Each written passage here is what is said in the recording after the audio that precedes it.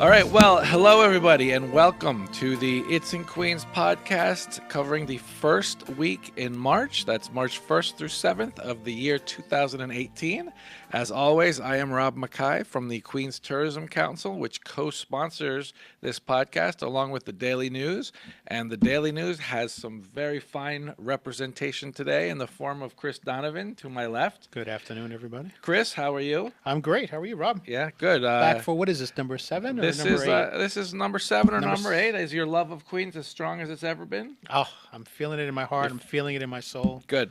I'm gonna let the music take control. Let's start with a question. How good are you on arcane New York City history, architecture, and geography? I'm pretty good on useless trivia as Okay. a whole. Uh-huh. I don't know if that subsets my strength, but I think I'd give it a shot. Okay, because the Panorama Challenge is this Friday. It's the 11th annual event at the Queens Museum. It's actually at the Panorama in the Queens Museum. It's an event that attracts the biggest New York City geeks you'll ever see. In teams of 10, they competed in a trivia question organized by I don't know if you know the Levy's tour guides. They're Yeah, I they're saw really that well. both of these guys are tour guides, right? Yeah, they're a well-known tour company in New York, and they know everything about New York too. So they prepare this trivia question, and teams basically compete for prizes and, of course, bragging rights. I'm hoping no cell phones are allowed. Nothing. No cell right? phones It's all are off allowed. The dome, No as cell they phones say, are allowed. right? And the Yes. kids say that, I think. Yep. And so it's a really fun event. If you love New York City, you wouldn't believe how much some of these people know. That's about amazing. stuff. Yeah. I mean, if you can get a team of 10. I keep on thinking I want to put together a team some year, but I just haven't been able to put it together. I think I'd probably be embarrassed. No, I think how you. much I, other people know. No, I would vouch for you to say Get you're, a few you're going to be a history strong. teachers. I don't know. Oh, You could- history you could teachers, too, yeah, man. And that's you just pick up your team. Anyway, it's a fun event, and this year, for the first time ever, Batala New York, which is an all-female Brazilian samba percussion band, Right. will perform while they're tallying up the results. I saw them. I saw a video of them play in front of City Hall in Yeah, 2015. good. They're pretty. They're pretty good. They're really good. Yeah. They're not all Brazilian. None, actually, hardly any of them are Brazilian, but they love the music. Okay. They got great uniforms. And it's all everything female, else. and they're all. It's They all do it female. together. They do a little. Yep, and little they shake and bake. And they're it's very, pretty very cool. good. They're very good. That is probably that's one of the big things I wanted to talk about. But we also have probably the biggest salsa group of the history of salsa music. That's right. On the same night, Friday, March 2nd, at the Kupferberg Center for the Arts, Colden Auditorium, El Gran Combo de Puerto Rico. What do you know about them, my man? Well, I know Your that wife they- is Puerto Rican, isn't That's she? right. Yeah. I know they've been around for about 50 some odd years. A little 50. 1962, and the original founder is still alive. Yes, he's 90 still years old. He's still the director, right? He's yeah. still like sort I of think like. you might get a little help these Right, days. right. And spawned Andy Montañez. Montañez, yeah. Right? That's Godfather of salsa. They were called La Universidad de la Salsa because a lot of people were in the group and then they graduated and went on to successful That's right. solo careers or careers in other Latin groups. I know they backed up Celia Cruz, Yep. Celia- Hector Lavoe, Hector Lavoe, La India. La India, Johnny Ventura, the Dominican guy, and Yeah. they used to play with Tito Puente, Oh, you the see? New Well, there you York-born go. timbali king. That's some serious credentials right Anyway, those concerts, I've actually seen them before. Those concerts are known for everyone dance. Everyone is up, people are in the aisles, people are dancing. It is just like serendipity. It's so there. I don't much think fun. you can not dance. If you Yeah. can't dance there, you have no soul. Right. So I suggest everybody that concert. In fact, I'm going to be there. So Oh. if anyone wants to dance with me, if you would like to dance with me, Now, will you be giving out autographs? Or? I will be Is there a meet giving. and greet I will be package? stepping on people's toes if Nice. they would like to dance in the aisles Yeah, with that's me. the only problem. I'd love to dance. I know I look foolish when I do it. Let's keep up the dance theme. There's actually a kind of music called tarantella, which is from southern Italy. Mm-hmm. I kind of feel like tarantella might just mean spider. It sounds like Tarantula. tarantula. Yeah, I can see that. Anyway, it's southern Italy, so it has a lot of North African roots, Mediterranean roots. It's a kind of a music and dance that that would also include Greek rhythms and stuff like that. And one of the best groups ever called New Poli. I don't know exactly how you pronounce it. New Poli will be performing on Friday again at Flushing Town Hall. Nice venue.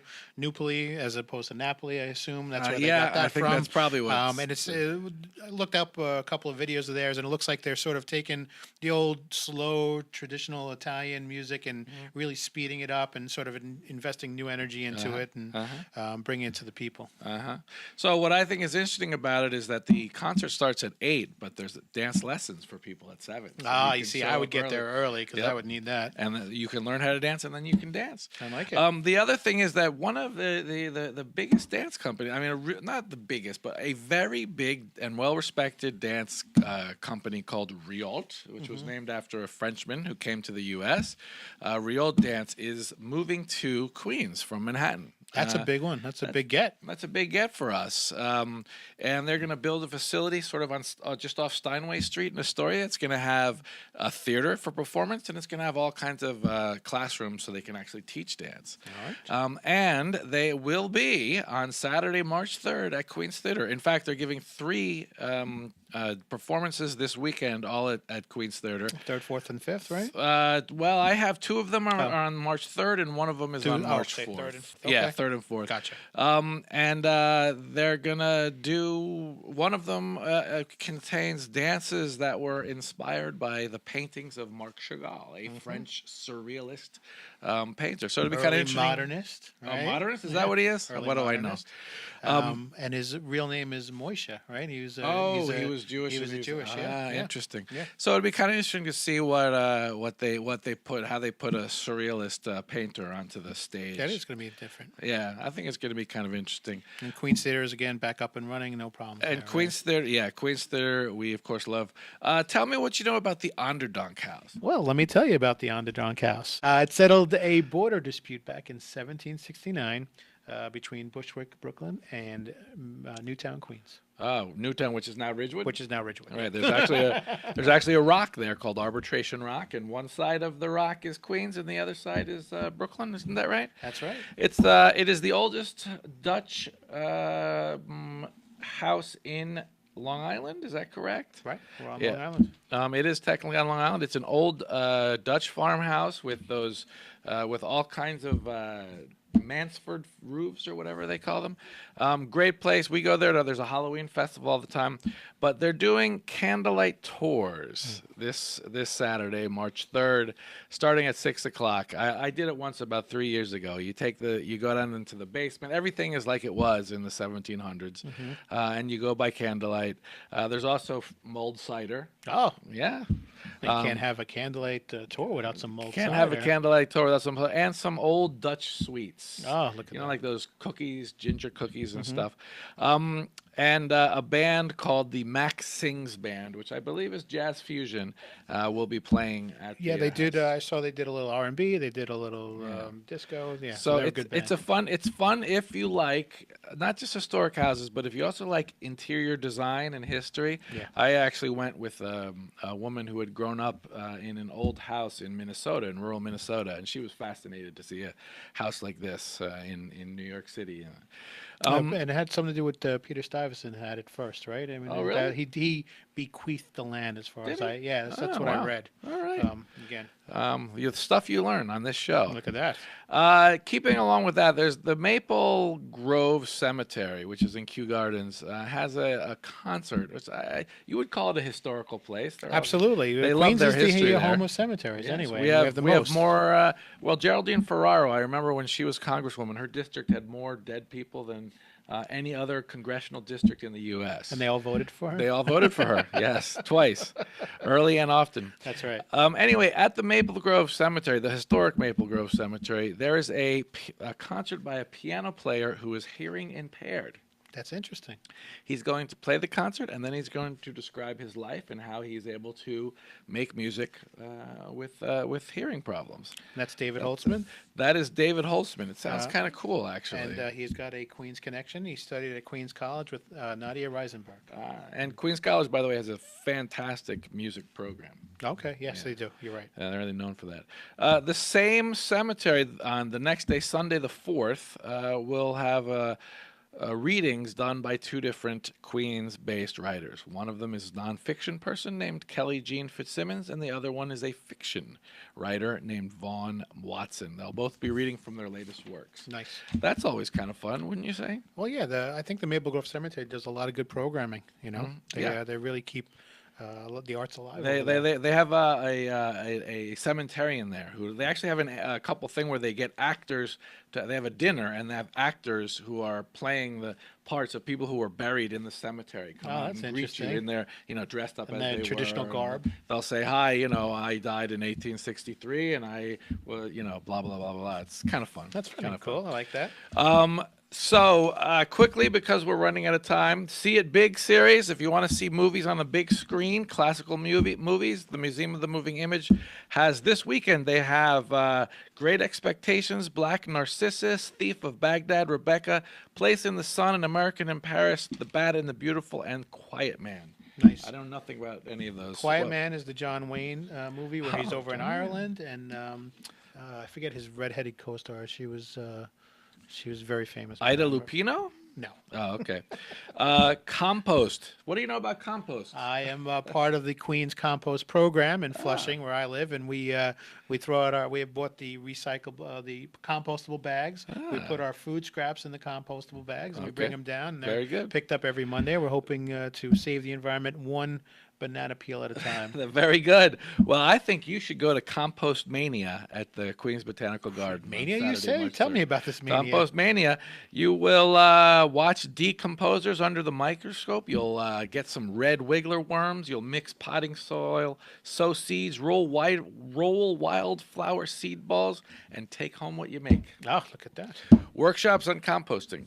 Not so bad. That's the Queens Botanical Garden, correct? That is the Queens Botanical Garden. Nice. Just quickly, there are a couple of other reading series, and in fact, Queens Museum is hosting a night with Joe DiStefano, who was on our program a couple of weeks ago. He has written a book, 111 Places in Queens That You Must Not Miss. I believe he leads with that. Like I was a former guest of the Queens, That's Queens right. podcast, and then he talks about being an author and a tour guide. That's his real claim to fame. That's his credit. But yeah. he and the photographer and their editor will be at the Queens Museum to talk about the behind the scenes stories and of course signed copies if you want. Yeah, both Rob and I have that book, and I have a thoroughly book enjoyed signed by Joe DiStefano myself. That's yeah.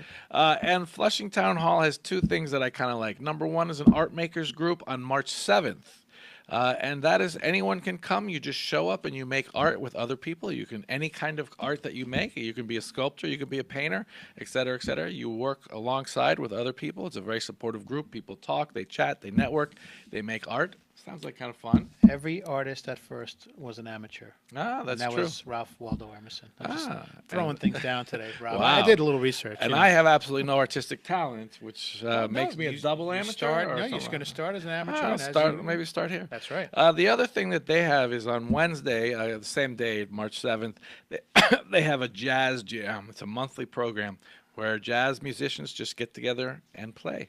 And you can, if you are a musician and you will bring your instrument to play, you don't have to pay. If not, it's $5 and you can just sit there and watch them as the creative process flows. Happens every first Wednesday of the month, unless there are some issues. Right, and it's one of their missions to kind of keep jazz alive in the borough. The Queens has a rich jazz history with a lot of the people who were famous jazz musicians actually living here. Yep. Obviously, we know about Louis Armstrong, but we also know about Dizzy Gillespie and Lena Horne. That's right. Yeah.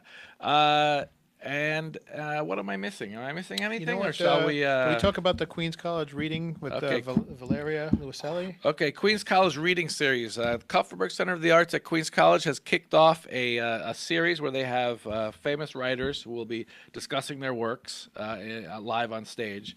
And March 6th, a Mexican author named Valeria Luiselli, who is the finalist of the National Book Critics Circle Award in Criticism, will read from her new book, Tell Me How It Ends, which is about immigration. She's Mexican. It's about immigration. Yeah, she did a lot of work translating for people who were coming here. They needed a translator to sort of like state their case Uh-huh. to stay here. And she saw a lot of the questions were kind of heartbreaking questions that they were being asked, and ended up writing a book about it. And I think the book and the work she's doing now is really important right now, and It's especially at very this time. topical. It'd be interesting to see who shows up. That's right. Could get ugly. No, I although hope it's New not. York City, it'll probably be. No, it'll I think probably- we're in a yeah, safe probably. space. We're in a, what do they call us?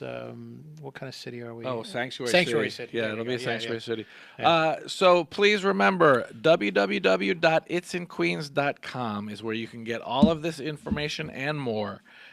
Also follow us on the hashtag It's in Queens, Facebook and Twitter and Instagram. Soon we will have a Snapchat account, I Oh, think. look at that. Yeah. And this is on YouTube, your YouTube channel? This is on the It's in Queens YouTube channel. So just remember, It's in Queens. You can follow this. You can learn all about what's going on in Queens every week. Chris, thank you for all Thank of you, your Rob. insights. Oh, yeah, I'm here to help. And enrichment. And thank you for listening, and we'll see you in the borough.